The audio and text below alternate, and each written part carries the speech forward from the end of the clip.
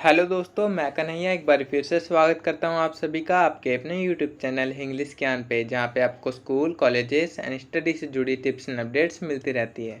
तो दोस्तों, आज की वीडियो में हम साइंस के कुछ क्वेश्चन को डिस्कस करेंगे जो कि ड्यू पीरियड एंट्रेंस के लिहाज से इंपॉर्टेंट रहने वाले हैं। और वो क्यों, वो आपको आगे वीडियो में पता चल जाएगा जैसे जैसे हम क्वेश्चन को डिस्कस करेंगे, क्योंकि यहाँ पे जितने भी क्वेश्चन पीडीएफ में हैं वो बहुत ज़्यादा इंपॉर्टेंट है। और कुछ ऐसे भी क्वेश्चन हैं जो कि ड्यू बीएड एंट्रेंस में पूछे भी जा चुके हैं, वो भी क्वेश्चन इस पीडीएफ में हम डिस्कस करेंगे आज की वीडियो में। तो अगर आप चैनल पर नए हैं तो चैनल को सब्सक्राइब करके हमारे साथ जुड़ जाइए, क्योंकि यहाँ पे आपको ड्यू बीएड एंट्रेंस प्रिपरेशन से रिलेटेड वीडियोस देखने को मिलती रहती है। इससे पहले वाली वीडियोस में हमने इसके 50 क्वेश्चन को डिस्कस करे थे जो कि बहुत ही इंपॉर्टेंट थे। एंड आई होप आपने वो वीडियो देखी होगी। अगर नहीं देखी होगी तो मैं वीडियो का लिंक डिस्क्रिप्शन में दे दूंगा, वहाँ से आप देख सकते हैं। इसके अलावा भी हमने बहुत सारी वीडियोस अपलोड कर रखी है प्रिपरेशन से रिगार्डिंग, तो अगर आप नए हैं तो उन्हें जाकर देखिए और चैनल को सब्सक्राइब करके हमारे साथ जुड़ जाइए। तो चलिए अब वीडियो को शुरू करते हैं और देखते हैं आगे के क्वेश्चन को। तो देखिए 50 तक हमने डिस्कस कर दिया था। तो 51 नंबर क्वेश्चन है, पृथ्वी तथा अन्य ग्रह सूर्य के चक्कर लगाते हैं, यह कथन किसका था, या फिर ये जो सिद्धांत है ये किसने दिया था कि पृथ्वी तथा अन्य सभी ग्रह सूर्य के चक्कर लगाते हैं। तो ये सिद्धांत कोपरनिकस ने दिया था। फिर नेक्स्ट है आपका, ग्रहों की गति का नियम किसने प्रतिपादित किया, तो केपलर ने। और जो 2020 का क्वेश्चन पेपर था उसमें केपलर के ग्रहों के गति के नियम से एक क्वेश्चन आया हुआ था। तो देखिए यहाँ पे जो दूसरा ही क्वेश्चन जो हम डिस्कस कर रहे हैं वो ड्यू बीएड 2020 में आया हुआ है। ठीक है, यही क्वेश्चन सेम नहीं था बट केपलर के नियम से ही वो क्वेश्चन एक आया था।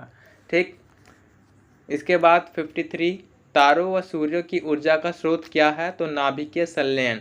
उनमें जो नाभिकीय संलयन से ऊर्जा मुक्त होती है उसके द्वारा वो चमकते हुए दिखाई देते हैं। ठीक है, फिर है ध्वनि का वेग सर्वाधिक किस में होता है, यानी ध्वनि सबसे ज़्यादा किस में संचरित होती है, तो वो है ठोस में।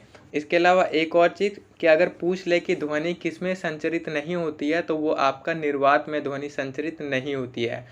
इसके बाद 55 नंबर क्वेश्चन, बिजली के बल्ब में किस गैस का प्रयोग होता है, तो अक्रिय गैस का। हम जानते हैं कि उसमें ऑर्गन गैस भरी होती है। और जो बल्ब में जो धातु का प्रयोग होता है वो टंगस्टन होती है, जो कि सबसे मजबूत धातु होती है। ठीक, फिर है 56 नंबर क्वेश्चन, एक अश्व शक्ति कितने वॉट के बराबर होती है, तो एक अश्व शक्ति यानी कि हॉर्स पावर में 746 वॉट होते हैं। फिर है नेक्स्ट 57, उपग्रह में से अंतरिक्ष यात्री को आकाश का रंग कैसा दिखाई पड़ता है, तो ये हमने पहले भी डिस्कस किया हुआ है, तो आई होप आपको मालूम होगा, ब्लैक। ठीक है, कि अगर ऊपर से हम नीचे पृथ्वी देखें तो हमें ब्लैक दिखाई देगी। क्यों? क्योंकि वहाँ पे वायुमंडल नहीं होता है, और जहाँ पे वायुमंडल नहीं होगा तो हम वहाँ से अगर नीचे की ओर देखेंगे तो हमें सब चीज़ काला काला दिखाई देगा, इसलिए अंतरिक्ष हमें काला दिखाई देता है अगर हम अंतरिक्ष में जाते हैं। ठीक है, फिर है आपका 58 नंबर, फिटकरी गंदे पानी को किस विधि से शुद्ध करती है, तो स्कंदन। फिटकरी अगर पानी में डाल देंगे और पानी गंदा है तो फिटकरी क्या करेगी, पानी में जितनी भी गंदगी होगी वो सारी एक जगह इकट्ठा कर लेगी, स्कंदित कर लेगी। ठीक है, तो इस माध्यम से पानी को शुद्ध किया जाता है। फिर है 59 क्वेश्चन, कौन सी धातु तरल अवस्था में पाई जाती है, तो पारा। और यहाँ पे एक चीज़ और पूछ ले कि कौन सी अधातु तरल अवस्था में पाई जाती है, तो वो आपकी ब्रोमीन होती है। इसके अलावा आपसे पूछ ले कि कौन सी अधातु चमकीली अवस्था में होती है, तो वो आपकी आयोडीन होती है। ठीक है, तो ये इंपॉर्टेंट है जो कि आपको याद रखनी है। इसके अलावा एक और चीज़ कि किस धातु को हम आसानी से चाकू से काट सकते हैं, वो आप कमेंट सेक्शन में बताइएगा। फिर है 60 क्वेश्चन, बायोगैस का प्रमुख अवयव है, तो वो मीथेन गैस है।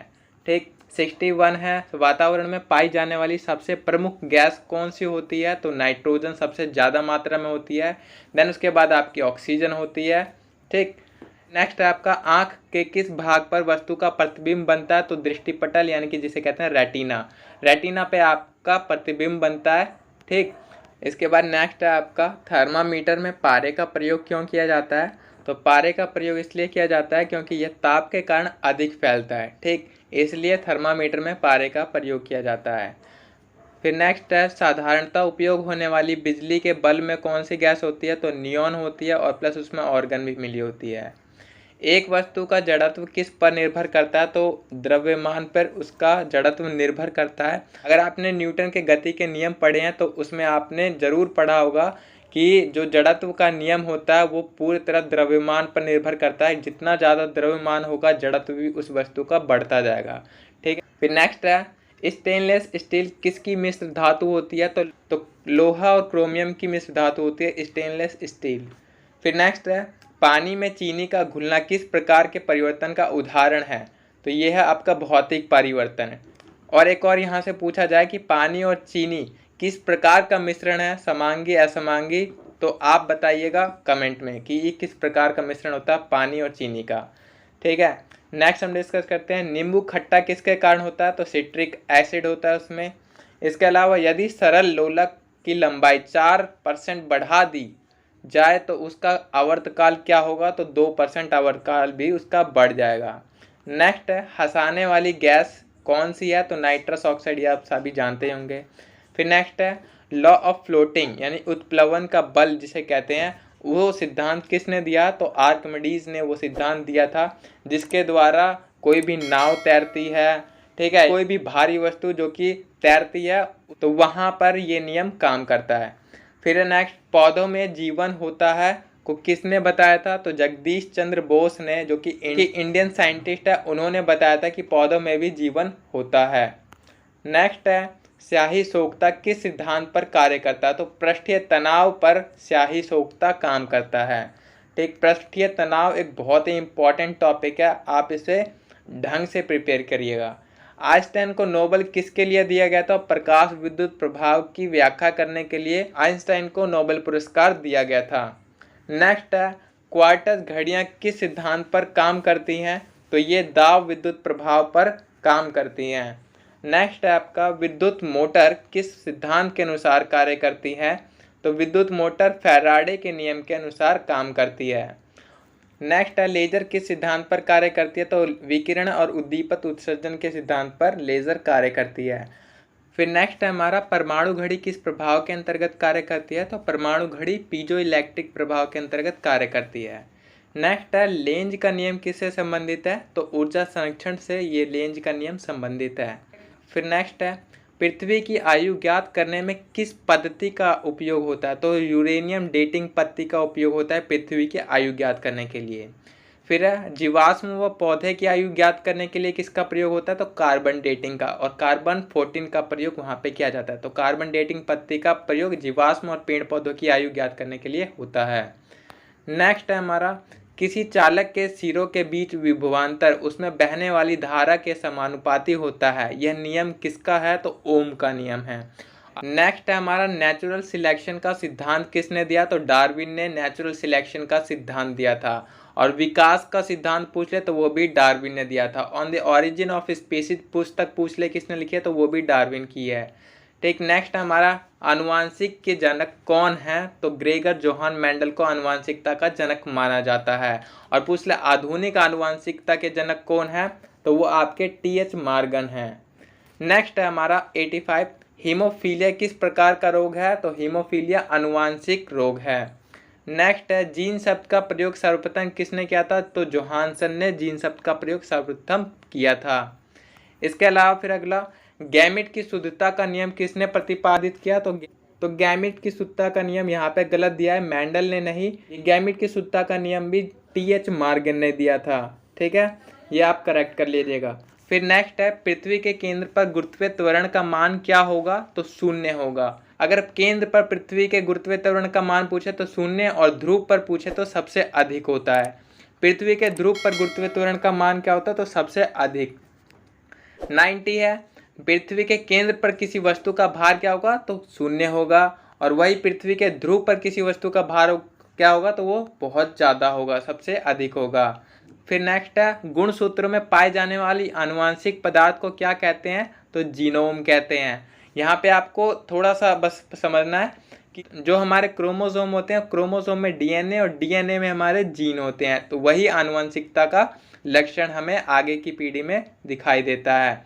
फिर नेक्स्ट 93 आनुवांशिक रोग वर्णांधता में रोगी किस रंग की पहचान नहीं कर पाता? तो लाल और हरे रंग की। आपने देखा होगा जब ड्राइविंग टेस्ट हमारा लाइसेंस बन रहा होता है तो वहाँ पे एक बुक दिखाते हैं, तो वो हमारा उसी चीज़ का परीक्षण करते हैं कि क्या इसे ये रोग तो नहीं है, कलर ब्लाइंडनेस तो नहीं है।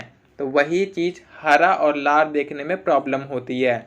विकास का सिद्धांत किसने दिया? तो ऊपर हमने डिस्कस कर लिया, चार्ल्स डार्विन ने। हृदय का पहला प्रतिस्थापन किसके द्वारा किया गया था? तो डॉक्टर क्रिस्चियन बर्नार्ड द्वारा पहला हृदय प्रतिस्थापन किया गया था। नेक्स्ट है, पानी का घनत्व अधिकतम किस ताप पर होता है? तो 4 डिग्री सेल्सियस पर अधिकतम पानी का घनत्व होता है। फिर नेक्स्ट, दाढ़ी बनाने के लिए कौन सा दर्पण उपयोग किया जाता है? तो अवतल दर्पण दाढ़ी बनाने के लिए उपयोग में किया जाता है, आप सभी को पता होगा। और अवतल दर्पण का प्रयोग और कहाँ कहाँ होता है वो आप मुझे कमेंट में जरूर बताइएगा। नेक्स्ट है, 98 परमाणु के नाभिक में कौन से कण होते हैं? तो प्रोटॉन और न्यूट्रॉन होते हैं, और इन्हीं प्रोटॉन और न्यूट्रॉन को जब हम जोड़ देते हैं तो वो हमारा परमाणु द्रव्यमान कहलाता है। फिर 99, शुष्क बर्फ क्या है? तो ठोस कार्बन डाइऑक्साइड को शुष्क बर्फ के नाम से भी जाना जाता है। स्टील की कठोरता को प्रदान करने के लिए किसकी मात्रा बढ़ाई जाती है? तो क्रोमियम की मात्रा बढ़ाई जाती है। नेक्स्ट है, सूर्य के प्रकाश को धरती की सतह पर पहुंचने में कितना समय लगता है? तो 8 मिनट 20 सेकंड। ये खैर आने नहीं वाला ये वाला क्वेश्चन। डीएनए का डबल हेक्सिल मॉडल किसने दिया था? तो वॉटसन एवं क्रीक ने डीएनए का डबल हेक्सिल मॉडल दिया था। जीन किससे बनी होती है? तो डीएनए से। मैंने ऊपर बताया, क्रोमोजोम में डीएनए और डीएनए में फिर जीन होते हैं। डीएनए की संरचनात्मक इकाई क्या है? तो जीन है। जीन कहाँ होते हैं? गुणसूत्र यानी कि क्रोमोजोम में, यानी कि क्रोमोजोम के अंदर डीएनए जो होते हैं, डीएनए में जीन होता है। फिर नेक्स्ट है, प्रयोगशाला में सर्वप्रथम डीएनए का संश्लेषण किसने किया? तो हरगोबिंद सिंह खुराना ने ये संश्लेषण का काम किया था। फिर नेक्स्ट है, संपूर्ण जेनेटिक कोड का पता किसने लगाया? तो डॉक्टर हरगोबिंद सिंह खुराना ने ही संपूर्ण जेनेटिक कोड का पता लगाया था। नेक्स्ट है, सर सीवी रमन को भौतिकी का नोबेल पुरस्कार कब दिया गया? तो 1930 में दिया गया था। और अर्थव्यवस्था के क्षेत्र में किसे नोबेल पुरस्कार दिया गया था वो आप मुझे कमेंट में बताना। फिर नेक्स्ट है, हरगोबिंद खुराना को जेनेटिक कोड का पता लगाने के लिए किस वर्ष नोबेल पुरस्कार दिया? तो 1968 में। ये क्वेश्चन आने नहीं वाले, जो मेन कॉन्सेप्ट होता है बस वही आता है, उसके अलावा कुछ नहीं आता है। जैसे सन वगैरह हो गए, ये कभी नहीं आता है। भारी जल का रासायनिक नाम क्या होता है? तो ड्यूटेरियम हम भारी जल को कहते हैं, जिसका सूत्र है DTO। तो ये थी आज की वीडियो। आई होप आपके लिए हेल्पफुल एंड यूजफुल रहेगी आपके DU BEd प्रिपरेशन के लिए। ये पूरी वीडियो हिंदी मीडियम वालों के लिए थी, but in next video I will be trying for both the medium. Video अच्छी लगी तो वीडियो को लाइक करके चैनल को सब्सक्राइब कर ले, क्योंकि यहाँ पे आपको इसी प्रकार की वीडियोस देखने को मिलती रहती है। तो चलिए मिलते हैं नेक्स्ट वीडियो में, तब तक के लिए जय हिंद जय भारत।